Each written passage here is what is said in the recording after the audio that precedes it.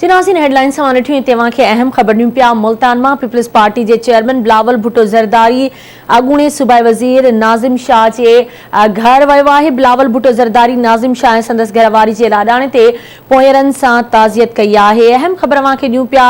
Peoples party chairman Bilawal Bhutto Zardari जे अॻूणे सूबाई वज़ीर नाज़िम शाह जे घर आमद थी आहे। बिलावल भुट्टो ज़रदारी नाज़िम शाह ऐं संदसि घरवारी जे लाॾाणे ते पोयरनि सां ताज़ियत कई। मौजूदा बहरान खां पीपल्स पार्टी ऐं असांजो मंशूरी कढी सघे थो। पीपी चेयरमैन जो इहो चवणु हुयो, असांजे वॾड़नि जेके ख्वाब ॾिठा उहे साबिया करणु फर्ज़ आहे।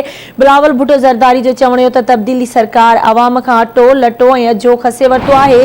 सिलेक्टेड हुकूमत 20,000 कुटुंबनि खे बेरोज़गार करे छॾियो आहे। 1 करोड़ नौकरियुनि जा दावेदार माण्हुनि खे बेरोज़गार करे रहिया आहिनि। पीपी चेयरमैन बिलावल भुट्टो ज़रदारी जो इहो चवणु हुयो।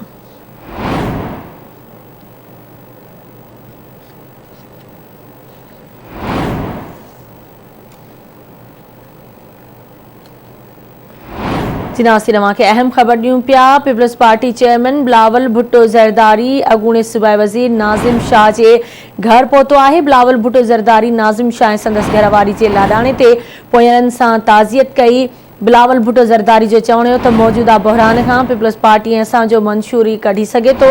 असांजे वॾड़नि जेके ख्वाब ॾिठा उहे साबिया करणु फर्ज़ आहे। तब्दीली सरकार अवाम खां अटो लटो ऐं अजो खसे वरितो आहे। सिलेक्टेड हुकूमत 20,000 कुटुंबनि खे बेरोज़गार करे छॾियो आहे। पीपी चेयरमैन जो चवणु हुयो त 1 करोड़ नौकरियुनि जा दावेदार माण्हुनि खे बेरोज़गार करे रहिया आहिनि।